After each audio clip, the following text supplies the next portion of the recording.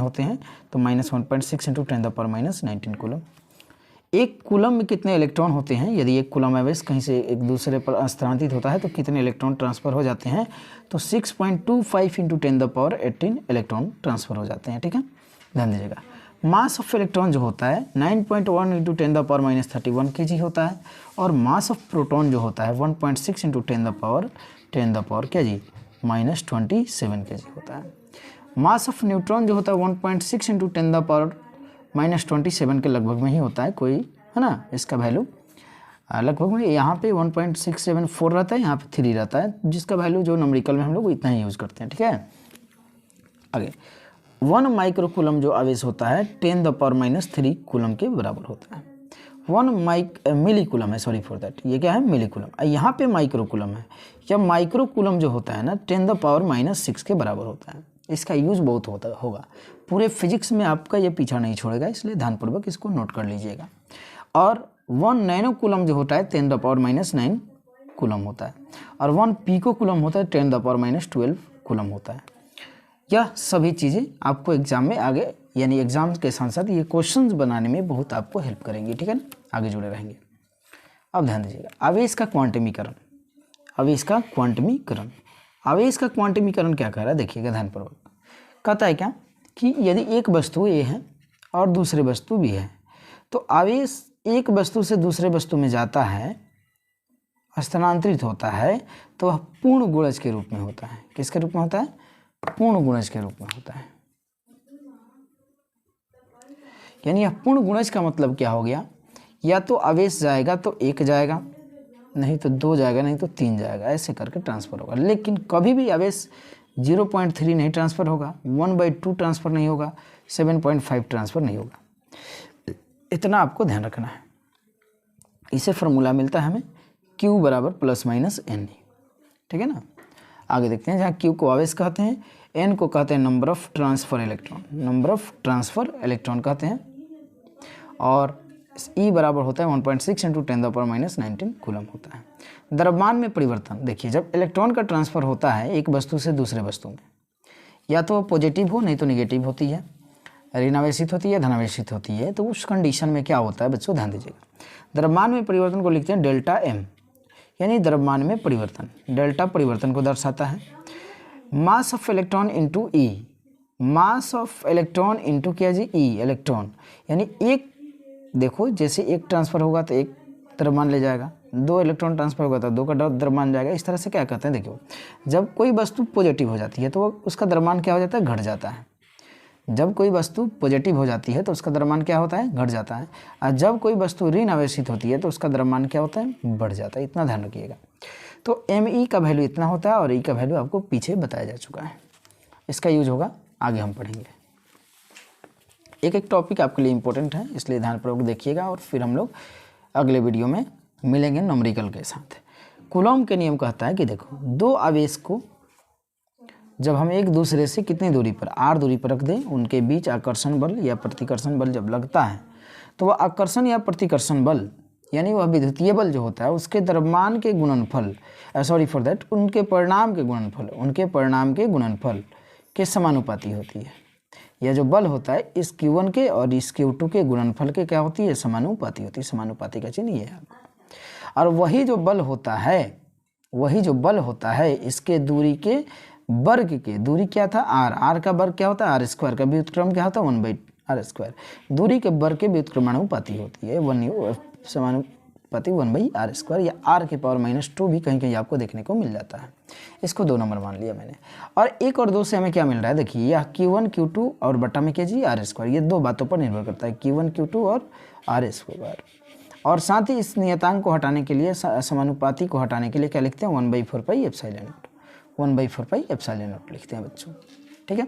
जहाँ k को हम कहते हैं कूलम्स नियतांक, इसका वैल्यू होता है 1.45 इंटू एप्सिलॉन, इसको एप्सिलॉन नॉट पढ़ते हैं। निर्वात की प्रवैधता ए जैसे ओ 0 दिख रहा होगा ना, इसको एप्सिलॉन नॉट पढ़ेंगे। इसका वैल्यू होता है 9 × 10⁹ न्यूटन मीटर स्क्वायर पर कूलम स्क्वायर होता है। और यह एप्सिलॉन नॉट का जो वैल्यू होता है 8.54 × 10⁻12 कूलम स्क्वायर पर न्यूटन मीटर स्क्वायर या फैराडे मीटर होता है। इतना आपको ध्यान में रखना है इस बात को लेकर, ठीक है। आगे बढ़ते हैं।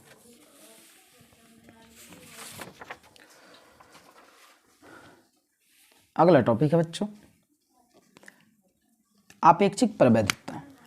आपेक्षिक प्रवैधता को जब दो पदार्थों की या माध्यमों की हम क्या करते हैं, अपेक्षा करते हैं, तो उसको हम कहते हैं रिलेटिव परमिटिविटी यानी अपेक्षिक। इसे एप्सिलॉन r से लिखते हैं। एप्सिलॉन r बराबर होता है एप्सिलॉन बटा epsilon naught. Epsilon is equal to होता है epsilon r into epsilon naught, यानी एप्सिलॉन r को कहते हैं अपेक्षिक प्रवैधता, जो कि आपको यहाँ पे दिखाया जा चुका है। एप्सिलॉन r को हम क्या कहते हैं, अपेक्षिक प्रवैधता। और एप्सिलॉन नॉट को हम कहते हैं ए वैल्यू जो होता है, इसको निर्वात की प्रवैधता बोलते हैं, जिसका वैल्यू होता है 8.854 × 10⁻12 कूलम स्क्वायर पर न्यूटन मीटर स्क्वायर या फैराड पर मीटर होता है। ई को हम कहेंगे किसी पदार्थ की प्रवैधता, जिसका आप निकाल सकते हैं। अब देखिए आगे, जब दो आवेशों को मान लेते हैं, 2 इलेक्ट्रॉन है, यहाँ पे एक इलेक्ट्रॉन है, यहाँ पे इलेक्ट्रॉन, दोनों के बीच की दूरी कुछ दूरी हो गई। इनको जब कुछ दूरी पर रखा जाता है, इन दोनों के बीच 2 बल लगता है, एक Fe जिसको इलेक्ट्रिक फील्ड कहते हैं, और एक जो होता है Fg यानी ग्रेविटेशनल फोर्स कहते हैं। इलेक्ट्रिक फील्ड यानी Fe बराबर हो जाएगा k × Q1 Q2 बटा आर स्क्वायर, हालांकि यहाँ पे E1 E2 होना चाहिए, बटा kg r स्क्वायर होगा। और Fg बराबर होता है G m1 m2 बटा kg r स्क्वायर बोलते हैं। इसको G को हम सार्वत्रिक नियतांक बोलते हैं, ठीक है ना, जिसका 6.67 × 10⁻11 कुछ ऐसा वैल्यू होता है, ठीक है। आगे देखेंगे इन दोनों का अनुपात Fe बटा Fg बराबर होता है बच्चों 2.3 × 10⁻39, 2.3 × 10⁻39। दोनों का जब रेशियो निकालेंगे, अनुपात निकालेंगे तो आप अब देखिए अगला जो टॉपिक है आपका अध्यारोपण का सिद्धांत। अध्यारोपण का सिद्धांत कहता है कि कोई भी आवेश, जैसे मान लेते हैं एक Q1 है, इसके अगल बगल में बहुत सारे आवेश है, एक Q1 है, एक Q2 है और Q3 है। Q1 जो होता है ना, इस Q पर F1 बल लगाता है, Q2 जो है ना, इस F पर कितना बल लगाती है, F2 बल लगाती है, Q3 जो होता है इस Q पर F3 बल लगाता है। इन सभी बलों का योग जो होता है इस बल के बराबर होता है, तो F बराबर F1 + F2 + F3 होता है। अगला आता है, देखिए जब आवेश का वितरण होता है, एक स्थान से दूसरे स्थान तक जाता है या जब चलता है, तो उसको 2 तरीके से, एक संतत होता है, क्या होता है असंतत। संतत का मतलब लगातार हो, असंतत मतलब गैपिंग देकर हो, ऐसे लगातार नहीं हो, क्रमबद्ध नहीं हो, ठीक है। तो यह जैसे मान लेते हैं यह चालक हो गया इस पर, और सीधे आवेश क्या हो रहा है, वितरित होता है, इसको हम कहते हैं रैखिक घनत्व। यानी जब सीधी रेखा में, जैसे तार में हो गया, सीधी रेखा में जब आवेश का क्या होता है, वितरण होता है, इसको आवेश का क्या कहते हैं, रैखिक घनत्व कहते हैं। इसको लैम्डा बराबर कहते हैं ΔQ बटा kg ΔL। यानी प्रत्येकांक लंबाई में आवेश की मात्रा को हम क्या कहते हैं, रैखिक घनत्व। उसी तरह पृष्ठीय घनत्व, जैसे ये तो सीधा लाइन में था, लेकिन अगर सतह हो तब, जैसे सीट हो गया, कोई चादर का सीट वगैरह हो गया, इसमें पृष्ठीय घनत्व कहते हैं। इसको पृष्ठीय घनत्व को सिग्मा से लिखते हैं, ΔQ बटा ΔA लिखते हैं इसको, ठीक है ना। इसको ΔQ बटा ΔA लिखते हैं। इसका मात्रक जो होता है, ध्यान रखिएगा, इसका मात्रक होता है कूलम मीटर, इसका होता है कूलम मीटर स्क्वायर, इसका होता है बीमा AL के पावर -1, इसका होता है AL के पावर -2 होता है, ध्यान रखिएगा।